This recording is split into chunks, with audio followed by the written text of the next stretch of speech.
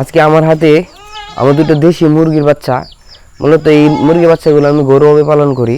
তো আমার দেশি মুরগির বাচ্চাগুলো হঠাৎ করে ফাউল পক্স হয়েছে। এই দেখেন কীরকম ফুলে আছে, দেখছেন কীরকম ফুলে আছে, চোখ বুঞ্জে দিচ্ছে, আবার গুটি গুটি হয়ে গেছে। এটি মূলত কোনো এলাকায় ফাউল পক্স বলে, আবার বসন্ত বলে, গুটিও বলে। এই বসন্ত এবং ফাউল পক্স মূলত মশার কামড় থেকে হয়। কারণ দেশি মুরগি সচরাচর মুক্ত অবস্থায় লালন পালন করা হয়, ফলে প্রকৃতির মধ্যে বিভিন্ন আবর্জনা এবং পচা জীবজন্তু থেকে পচে যে মশা উৎপন্ন হয়, এই মশাগুলো মূলত অনেক বিষাক্ত হয়। ফলে এগুলা দেশি মুরগির কামড় দিলে তা গুটায় পরিণত হয় এবং একটা সময় বসন্তয় পরিণত হয়। এবং ফাউল পক্স হলে মূলত কী করে নিই এবং আমি কি করি আজকে আপনাদের সাথে শেয়ার করব। আমার হাতে হাফ লিটার পানি আছে এবং হাফ লিটার পানি আমি ডালতেছি এবং এই হাফ লিটার পানির মধ্যে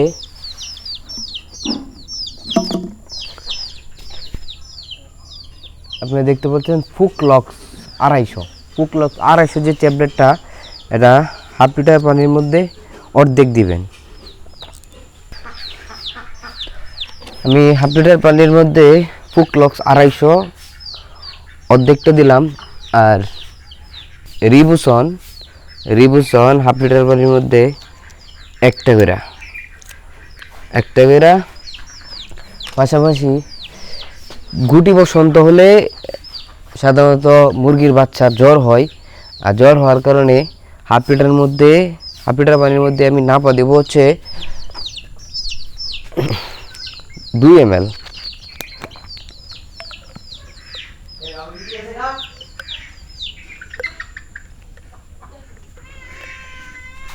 নাপা দিলাম 2 ml, সাথে জিঙ্ক সিরাপটা মূলত প্রত্যেক প্রাণীর এই রোগ প্রতিরোধ ক্ষমতা বাড়ায়, পাশাপাশি শরীরের অবকাঠামো ঠিক করার জন্য সাহায্য করে। তো আপনারা সবাই জিঙ্ক সিরাপটা ব্যবহার করার চেষ্টা করবেন।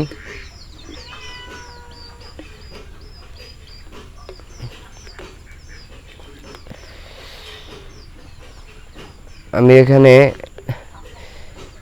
হাফ লিটার পানির মধ্যে 1 ml জিঙ্ক সিরাপ দিলাম।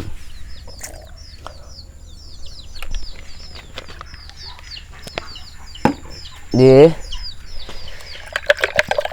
মিশ্রণ করে এখন আমার মুরগির বাচ্চাগুলোরে দেব। লিটার পানির মধ্যে 250 ml একটা সম্পূর্ণ ফুকলক্স দিবেন। আর যদি বেশি মুরগির বাচ্চা থাকে তাহলে পরিমাণ অনুযায়ী আপনারা ওষুধ দিবেন। যেমন 1 লিটার পানির মধ্যে 250 ফুকলক্স 250 পুরো একটা ট্যাবলেট দিবেন, রেবুসন 2টা ট্যাবলেট দিবেন, নাপা সিরাপ 4 ml দিবেন, জিঙ্ক দিবেন 2 ml এবং মিশ্রণ করে সকালে একবার বিকেলে একবার দিবেন। ইনশাল্লাহ আল্লাহ চাইতো আপনার মুরগির বাচ্চা ভালো হবে ইনশাল্লাহ।